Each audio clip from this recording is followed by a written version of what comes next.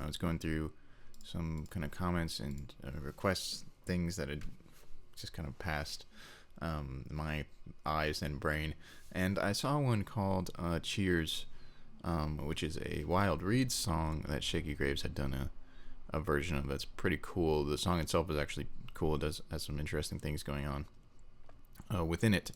And so I thought I would try my best to give you a quick run through of what's going on in the song. I kind of just learned it, so cut me a little bit of slack, but I think I've got a good idea of what's happening. So he does kind of this intro in standard tuning, E, A, D, G, B, E. So you're starting over kind of like it's a G chord, but you really only need to fret. To start, you really only need to fret the third fret of your low E string. I would use your middle finger because you're going to need your fingers around it to do some stuff. So kind of doing this pattern where you're hitting this bass, doing like a alternating bass pattern like this, and then your two other fingers are hitting those open strings the whole time, and that's kind of finishing your G chord, as it were, because you have G and B right there, which are the important parts of the G chord. It's your first and your third, and then your fifth is kind of being walked up. So you're starting with a normal G chord, then your pointer finger goes down on the second fret of your D string, then the fourth fret, and the fifth. So you kind of use your ring finger to pinky if you want.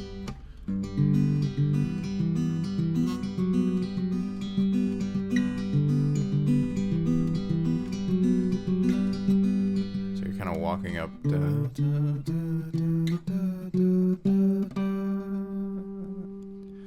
up that G to, I mean, you're going from fifth to root, D,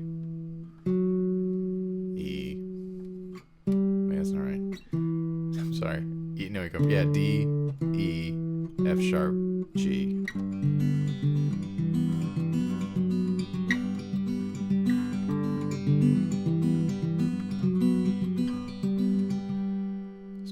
Thing, and then you go to C, what's really a C major 7, because you're not really fretting that C on your B string, that first fret. You're leaving that open, and that B is kind of ringing out as a drone string, and you're doing a similar thing here, except you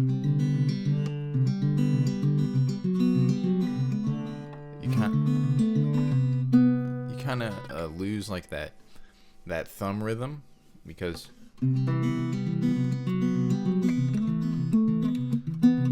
what Shakey does is he's kind of, as far as I can tell,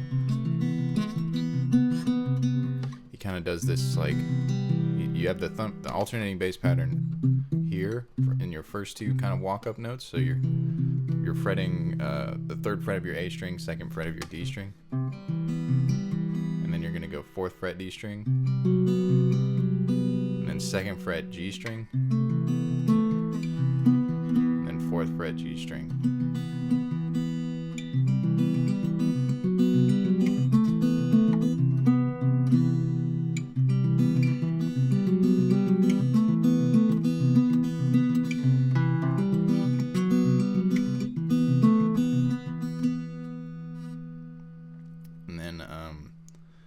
Yeah, kind of mess with the rhythm there too. It's a little hard to hear on his recording exactly what he's doing, but he's definitely not like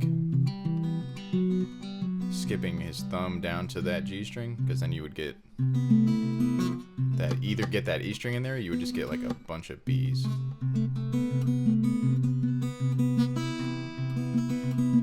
Get that B kind of ringing out too much. I think he's still using that same kind of like alternating from his A to D string pattern, and then just kind of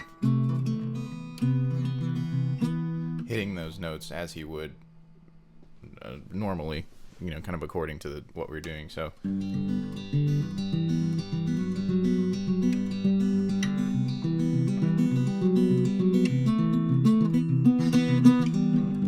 then you go to A minor from there, kind of standard.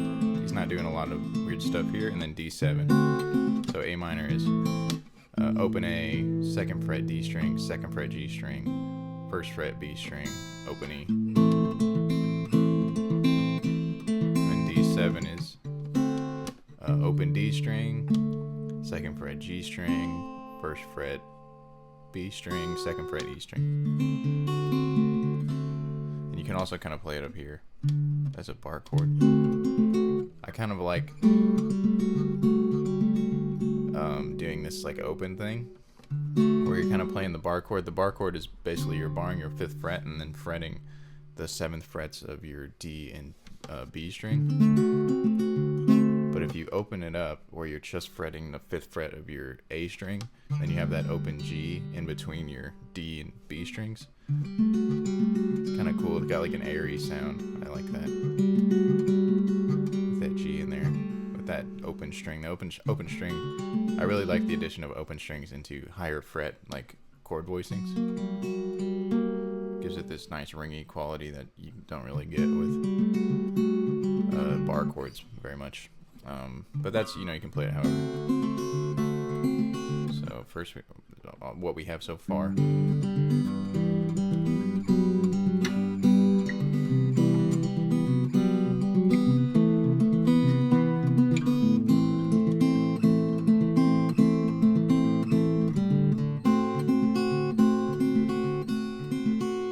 we're going into the verse, which is some fairly straightforward cowboy chords. I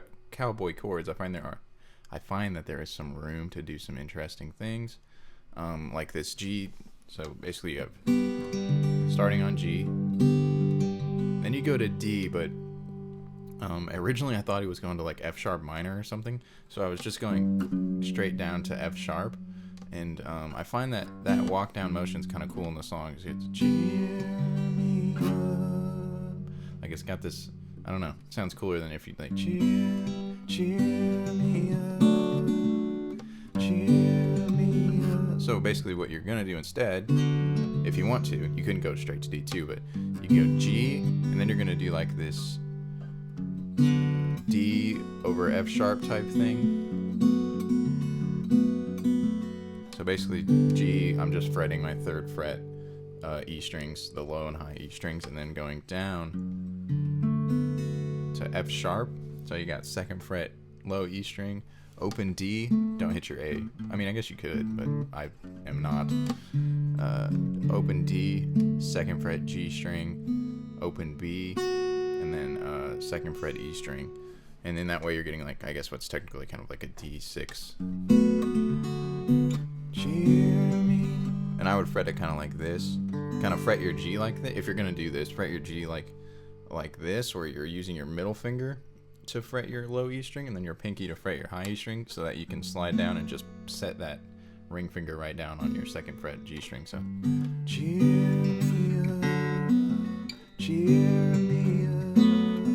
It's got this walk down quality that kind of like follows the melody of the song, because this, I don't know, because you have to switch to that higher bass note, that D. I've never really liked this D chord. It doesn't have enough notes. It's too high register. So I mean, or one thing you could also do is do D over the normal D over F sharp, which is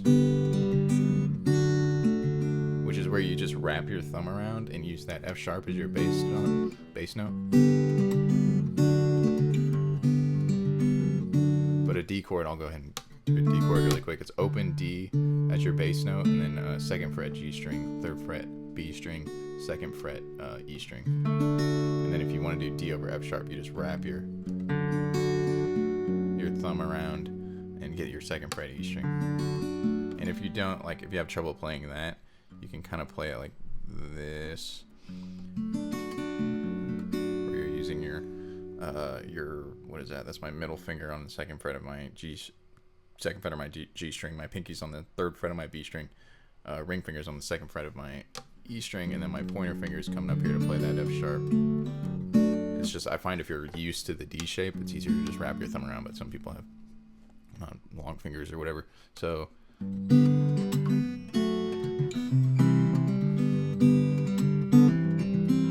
there you're going to kind of this like C thing. So you got G, D, C, G, one the same. And then you're going back to C, but I find you can kind of just do this.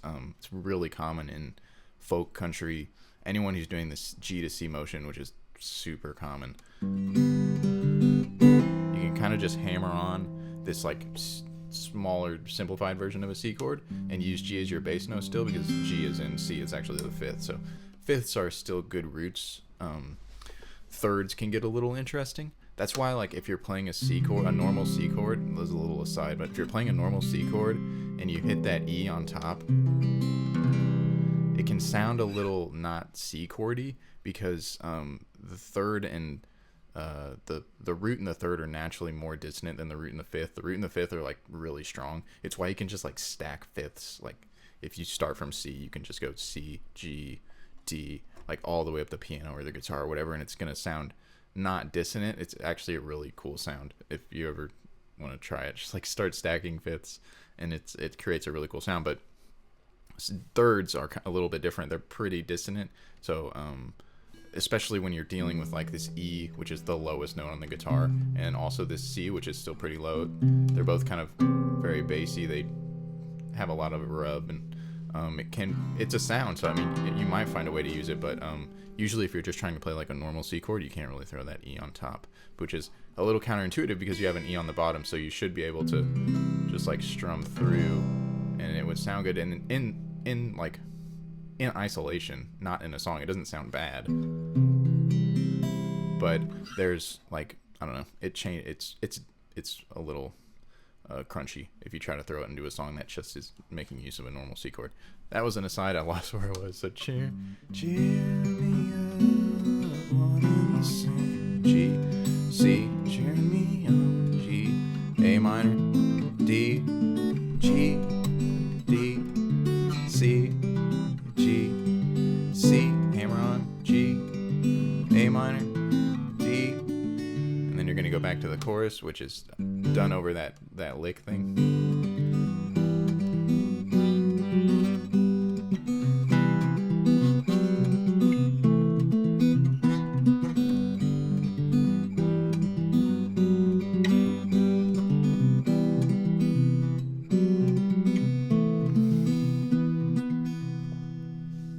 Then you're going back to the verse, another verse.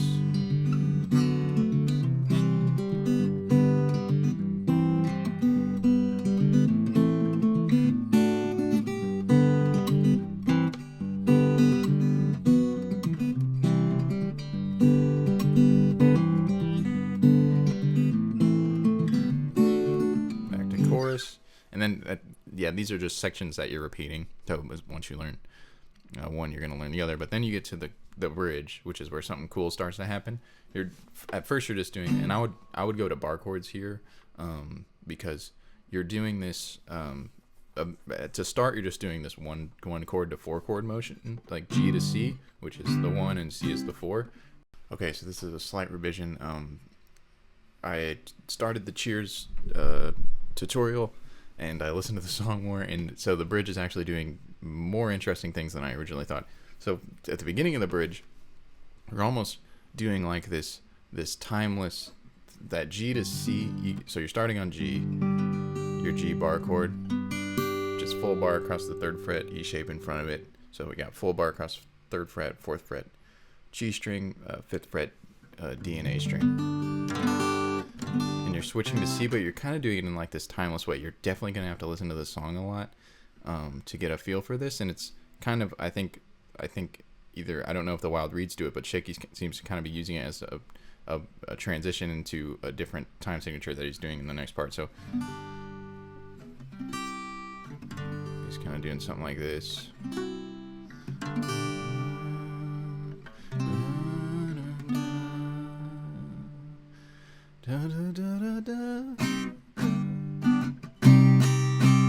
So basically, like if you look at the chord chart, it'll show you do the G to C thing 3 times, but that's like the timeless part. So you're kind of doing like this timeless back and forth from G to C, and then on the 3rd time you start to kind of